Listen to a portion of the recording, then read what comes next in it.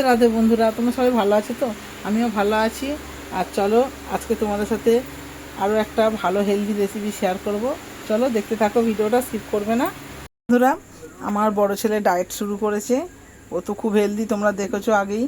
তো ওর জন্য মানে ও আজ গত 10 দিন ধরে ডায়েট চালু করেছে।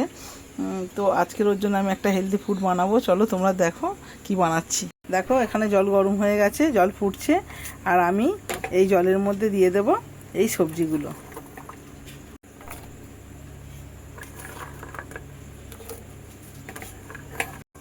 সব সবজিগুলো জলের মধ্যে দিয়ে দেব। এইবার এর মধ্যে আমি দিয়ে দেব স্বাদ মতো নুন। দেখো বন্ধুরা, এবার এর মধ্যে আমি দেব পেঁয়াজ কুচি। এইবার দেব দেখো কিছুটা রসুন কুচি। এইবার দেব একটা টমেটো কুচি। দেখো বন্ধুরা, মোটামুটি সবজিগুলো আমার সব দেওয়া হয়ে গেছে। এবার আমি 10 মিনিট চাপা দিয়ে রাখবো যাতে সব সবজি সিদ্ধ হয়। দেখো বন্ধুরা, সবজিগুলো মোটামুটি সিদ্ধ হয়ে গেছে।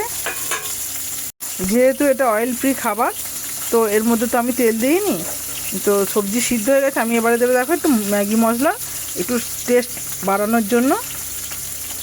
এইবারে দেবো সামান্য একটু গরম মশলা। দেখো বন্ধুরা, আমার সবজি সব সিদ্ধ হয়ে গেছে। আর আমি এবার একটু সামান্য হলুদ দেব।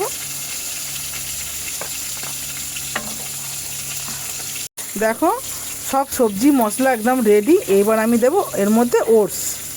আমি এই 1 কাপের মতো ওটস দিচ্ছি। এইবার ভালো করে এটাকে নেড়ে নেব। বন্ধুরা দেখো, অয়েল ফ্রি ওটসের খিচুড়ি রেডি।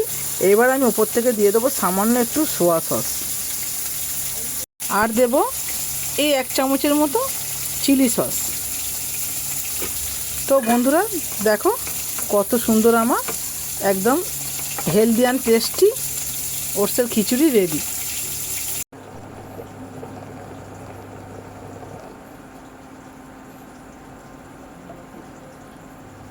তো বন্ধুরা দেখো, আমার ওটসের খিচুড়ি একদম রেডি। আর আমার ছেলে খাবে, ওর ডায়েট ফুড এটা। ও খেয়ে বলবে কেমন হয়েছে।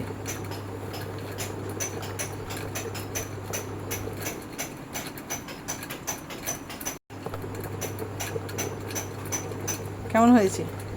ভালো হয়েছে।